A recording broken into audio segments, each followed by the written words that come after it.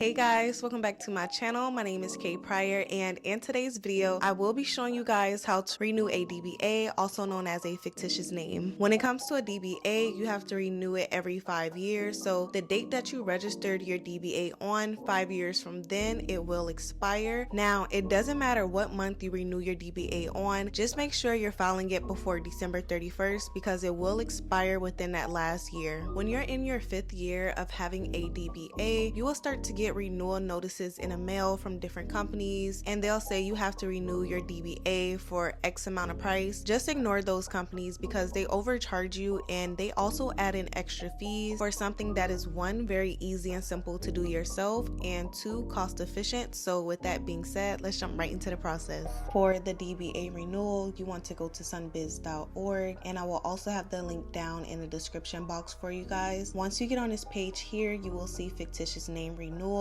Go ahead and read this information regarding credit and debit card payments for online filing, and then once you review that information, go ahead and look at the steps they listed below and give them a review as well. Once you've read everything, click on renew.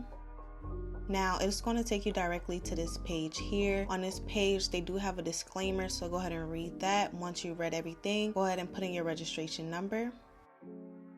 Alright, so once you guys get on this page here, you will see FEI/EIN number. Go ahead and enter your EIN number here. Once you get that finished, you'll see these two options here. Now these are both optional. You do not have to add it on. To renew a DBA, it does cost $50, so anything extra is just going to be on top of the $50. For a certificate of status, this pretty much ensures that your DBA has been renewed and is active. If you do click this option here, it will be an option available to download right after your payment. For a certified copy, it costs $30, and this is mainly a way to show proof of your renewal to a bank. I personally added this option on and I didn't receive my copy right away. I actually got it 2 days later, which was also a digital download. Next, you want to go ahead and enter in your email address. It could be a business email address or a personal email address. Just make sure you guys have direct access to the address that you enter. Next, you want to go ahead and fill out the mailing address. It could be the same exact address that you've used previously, or if you have a new business address or a home address, just make sure you go ahead and fill in the information. Next, you want to go ahead down to the owner name and the address name. So go ahead and enter in the owner's name here as follows: last, first, and middle, or you can go ahead and enter the entity name if you have one. Alright, so for these next two lines, they only apply to business entity owners. So if you're not a business entity owner, just go ahead and ignore those two lines. Next, you want to go ahead and click on your EIN number status.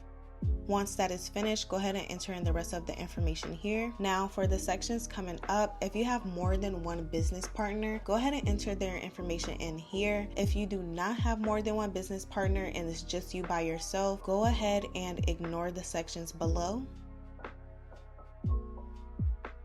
Alright, so once you get to the bottom of the page, go ahead and enter in your signature. Alright guys, so just to give you guys a quick example, I went ahead and filled in some information. So I put in the EIN number, I clicked on which option I wanted, then I went ahead and entered the email address. Once I got that finished, I entered the mailing address. Next, I went down to the owner's name, filled in the information here. Since it's just me that owns the business, I went ahead and left the other fields blank.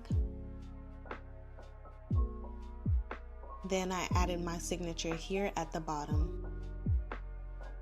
Alright, so once you get to the next page, you will see this important message pop up. Make sure you go ahead and read that, because if you have misspelled or put in the wrong information in any way, you will not be able to change it. So make sure the email address and your mailing address and all of that information is put in correctly.